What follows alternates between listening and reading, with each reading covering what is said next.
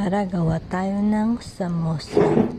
Kailangan natin ng lumpiang wrapper, yung pinakamalaki, at hatiin natin sa 4 pahaba. Tapos, ang ating ingredients ay ground beef, chopped onion, and garlic. Ating i-mix ito. I-mix natin hanggang ang lahat ng ingredients ay ma-absorb ang lasa. Magiging well combined. Pagkatapos, start na tayong mag-fry. Yan, lagay natin sa pan. Hindi ko nilagyan ng oil.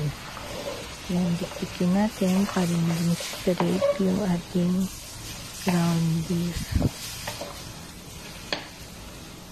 Imamash-mash lang para maluto. Ito ay paborito ng mga Arabiano. Kapilang dako, mag-boil tayo ng potato. Pag malambot na, pwede na yan. Tapos, balik tayo sa niluluto. Yan, halo-halo, halo-halo. Pero hindi ito halo-halo, Tapos, lagyan natin ng green peas para merong gulay. Sarap din pag may green peas. Paborito ito ng mga anak ko. Yan. Nilagyan ko pala ng konting tubig kasi medyo tuyo na siya.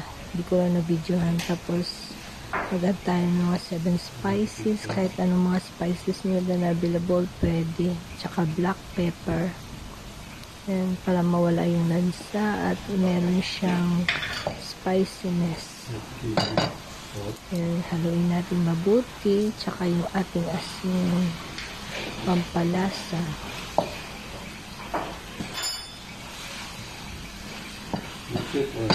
Halo-halo pa rin. Tapos, i-blend natin yung ating potato. Masarap kasi pag may patatas. Tapos, ilagay na natin sa ating nilulutong karne.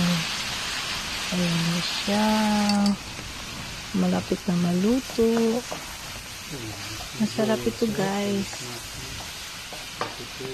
Pag matikman mo, balik-balikan mo talaga. Makaubos ako ng 12 pieces nito. Ayan, halo-haloin natin. Tapos, diktikin natin yung patatas para maging pino. Para madali natin gawin mamaya na square. I mean triangle. Ayan. Pwede na to kasi dumikit na yung potato tsaka karne. Patay na natin yung apoy. Tapos, it-aside natin hanggang lumamig.